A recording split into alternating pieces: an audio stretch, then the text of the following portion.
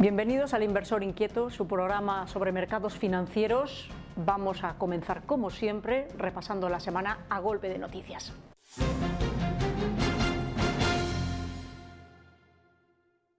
La creación de empresas alcanzó en abril su nivel más alto en 5 años, con 9.389 nuevas sociedades, lo que equivale a unas 13 empresas nuevas cada hora, según los datos recopilados por el Gabinete de Estudios Económicos de la agencia de rating Assessor. Hacienda está dispuesta a poner coto a la disparidad de sueldos que se perciben en los más de 8.000 ayuntamientos que hay en España y para ello ha introducido una disposición en el anteproyecto de ley de reforma de la administración local por el que los presupuestos generales del Estado podrán establecer un límite mínimo y máximo para todas las retribuciones de los empleados municipales. Los líderes de la Unión Europea, entre ellos el presidente del Gobierno, Mariano Rajoy, celebraron el pasado miércoles en Bruselas una cumbre centrada en combatir el fraude fiscal, la evasión de impuestos y la ingeniería contable de las empresas para reducir su factura con Hacienda. Los nuevos criterios impuestos por el Banco de España exigen que todos deberán ser clasificados como riesgo subestándar, es decir, deberán ser provisionados en un 15%. Solo algunos de estos créditos podrán mantenerse como normales, mientras que otros pasarán a ser dudosos y deberán provisionarse en un 25% el primer año.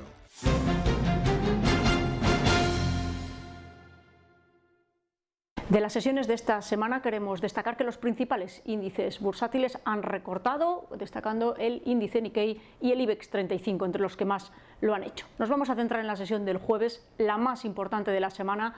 Los mercados cayeron fundamentalmente por dos razones. Uno, la Reserva Federal estadounidense planteándose seriamente retirar los estímulos de su economía. Segundo, la economía china cayendo, o mejor dicho, creciendo menos de lo que se estaba esperando. El índice Nikkei cae más de un 7% y el resto de las plazas europeas también recortan. La sesión del jueves también vamos a destacar cómo Bankia cae nada menos que un 50% como consecuencia de la venta masiva que se produce de sus acciones, sobre todo de las preferentes que se han convertido en acciones por parte de los inversores profesionales y de los fondos, algo que los minoristas no pudieron hacer. No obstante, es algo que el mercado permite y que no hay ninguna práctica irregular, aunque genere pérdidas a los inversores que no lo han hecho.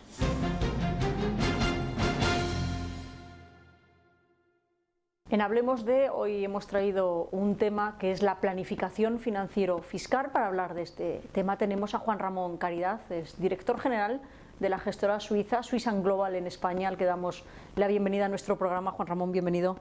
Un placer, de verdad. Planificación financiero-fiscal. La pregunta sería, ¿esto hace falta? Más que nunca, la verdad, y por ambos términos. Por el lado fiscal no se le escapa a nadie la presión a la que estamos siendo sometidos todos los ciudadanos, cada vez con una mayor carga impositiva, y lo que hasta ahora eran productos que ofrecían una rentabilidad atractiva cada vez lo es menos, y si uno encima hace los cálculos de después de cumplir con Hacienda y pagar impuestos cuánto me queda, uno se da cuenta de la trascendencia que tiene el tema, que es de todo menos trivial. Y por el lado financiero hay que entender que cada vez más los bancos centrales tienen un papel más activo. Después de ver a la Fed la cantidad de dinero, $1 billón que habían impreso en los últimos años, ha llegado Japón y lo ha doblado, y cada vez más el Banco Central Europeo, el Banco de Inglaterra, el Banco de Australia se están lanzando cantidades ingentes de dinero a los mercados financieros que hacen que las decisiones financieras tradicionales sean más complejas de tomar, las decisiones no solo dependan de temas macroeconómicos, y por eso unar estas dos grandes áreas con un asesoramiento cada vez más individualizado ya no es que sea un lujo, es una necesidad, la verdad. Cuando hablamos de vehículos posibles para canalizar el ahorro de los inversores, ¿hacia dónde se va acotando esto, creéis, en Swiss & Global? Fundamentalmente por un tema de seguridad, que al final es la prioridad número uno, y por una necesidad cada vez más imperante de poder darle a los inversores la libertad de poder coger su dinero y reembolsarlo el día que quieren y cuando quieren. Los fondos de inversión se están erigiendo como el vehículo de referencia. Estamos viendo una tendencia muy importante de lo que eran hasta ahora compras directas de productos financieros a fondos de inversión, un poco con la idea de, si verdaderamente las cosas se ponen muy complicadas, el fondo de inversión, que hay mucha gente que lo asocia con un producto de riesgo y no lo es. El fondo de inversión, dicho clarito, es una caja donde uno mete dentro, o sobre todo un profesional que va a tomar las decisiones de inversión, productos de más o menos riesgo. Puede ser extremadamente conservador, puede ser un producto muy agresivo, pero lo que tiene como principal ventaja el fondo de inversión es que, dicho técnicamente, es una sociedad independiente que no entra en concurso de acreedores, que significa en la práctica que quiebre quien quiebre, el fondo siempre pertenece a los partícipes y no entra a formar parte de ninguna masa concursal. Con lo cual cualquier quiebra no va a hacer que los ahorradores pierdan ese dinero que tienen colocado, como decimos ahí. La mala experiencia de muchos ahorradores está en, a lo mejor, fondos garantizados o algún tipo de fondo que no tenía dentro estos activos de los que estás hablando, ¿verdad? Por eso cuando las personas nos oyen, si alguien ha tenido una mala experiencia dirá, ¿estos de qué están hablando, ¿no? ¿Quiénes son esos que digamos han pervertido la bondad de este vehículo de ahorro del que hablas? Sobre todo los que han utilizado las rentabilidades pasadas para vender las bondades de un producto. La gente tiene que entender que no hay fondo bueno ni malo per se. Hay que ver qué tiene dentro.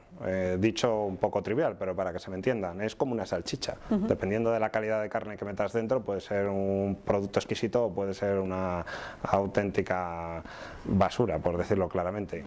¿Quiénes la han generado confusión? Aquella gente que ha metido solo renta variable y de la de más riesgo dentro de los fondos, vendiendo rentabilidades pasadas y diciendo a los inversores que estas rentabilidades podían ser replicables en el futuro. Y lo segundo, y es muy importante también, aquella gente que ha metido unas estructuras complejas que prácticamente estaban condenadas a no dar ningún tipo de rentabilidad y que básicamente lo único que le ofrecían al inversor era el recuperar su dinero perdiendo poder adquisitivo. Esas dos actitudes han hecho que se pervierta la idea de un producto que per se es un vehículo seguro y que, como todo coche, depende de lo que uno haga con el acelerador o deje de hacer, es más o menos seguro. Y aquí ya hay un tema muy importante que es los perfiles de riesgo de los que tanto se habla ahora, ¿no? de los inversores. ¿Qué podemos contarles de este Exacto, tema? Y es que es esa la verdadera importancia y la clave. Yo me dedico como gestor internacional a decir que mis fondos son los mejores del mundo, pero siendo tremendamente prácticos y poniéndome del lado del inversor particular, la gente tiene que tener que los fondos, cada uno tiene unas expectativas de rentabilidad y un riesgo que se van a dar en función de las variables macroeconómicas que ocurren. Y por lo tanto, lo importante no es tanto el producto, que es una herramienta, es usted qué perfil financiero tiene, es decir, qué riesgo financieramente hablando puede asumir, que eso cada vez más las entidades en España lo están haciendo, qué nivel de cultura tiene, cuántos ahorros tiene y qué objetivos tiene, y lo que cada vez es más importante es psicológicamente de qué capacidad de riesgo usted puede asumir. Cuando hablamos de riesgo es volatilidad, es decir, cuánta volatilidad está dispuesto, cuánta fluctuación en las valoraciones de su ahorro está dispuesto a asumir, ¿verdad? Un fondo, si sale mal, cuánto puedo perder y, sobre todo, para poder participar de la recuperación de los buenos momentos hay que tener muy claro cuál es el límite donde uno, cuando nos vamos a la cama y vemos que hemos perdido dinero, cuánto estamos dispuestos a tolerar. Entiendo que aquí la labor del asesor financiero es absoluta y de la complicidad entre el cliente y asesor, ¿verdad? Saltándose la venta o compra, según lo veamos de un lado u otro, del producto financiero, ¿verdad? Es que es fundamental, fiscalmente hay que hacer números, financieramente los productos ya son de todo menos obvio y cada vez es más importante decirle a la gente la verdad, y no se trata de un producto mejor o peor, se trata de entender muy bien usted qué necesita, porque por muy bueno que sea un producto, si no tiene la capacidad de tolerar ese riesgo no vale absolutamente para nada, y si no tiene también la paciencia para poder formar parte de los buenos momentos tampoco vale para nada. Luego lo importante es decir qué quiere conseguir, cuál es su tolerancia al riesgo, qué expectativas de rentabilidad tiene y poner un asesor financiero independiente que le diga la verdad, tan sencillo como eso. Muy bien, Juan Ramón, muchísimas gracias por todas tus explicaciones, que sin ninguna duda han sido muy clarificadoras, estoy convencida, para muchos de los espectadores que nos están viendo y que están intentando buscar vías, como bien decimos, para tener seguridad y tranquilidad en la medida de lo posible. Muchas gracias. Un placer, de verdad. Gracias, Juan Ramón. Seguimos con el programa, con la parte final. En esta sección del programa hoy queremos llamar la atención de los inversores sobre la situación de la banca española. En España estamos muy lejos de los máximos históricos que se llegaron a alcanzar en el año 2007, cuando el IBEX 35 llegó a rozar prácticamente los 16.000 puntos. Esto nos da un potencial alcista realmente importante.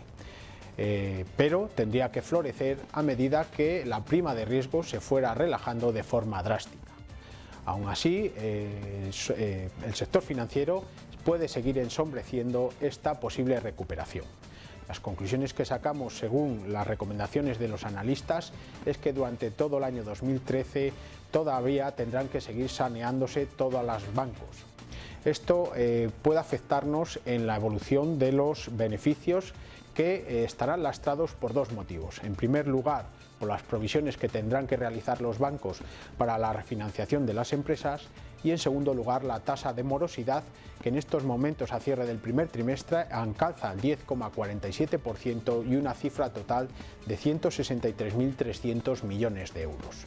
También hay que tener en cuenta que el inversor cada vez tiene más conocimientos, que desconfía del sector, y con estas premisas el futuro exigirá una mejor gestión y unas comisiones más ajustadas.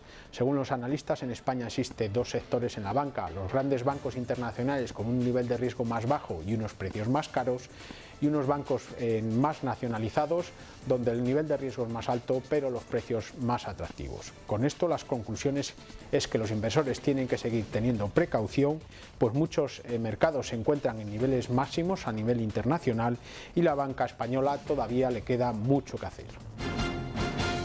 Y con esto no nos queda más que despedir el programa recordándoles la importancia de la planificación financiero-fiscal y que como inversores tengan mucho cuidado todavía con la situación de las entidades financieras de nuestro país. Con esto nada más, cerramos este programa hasta la semana próxima.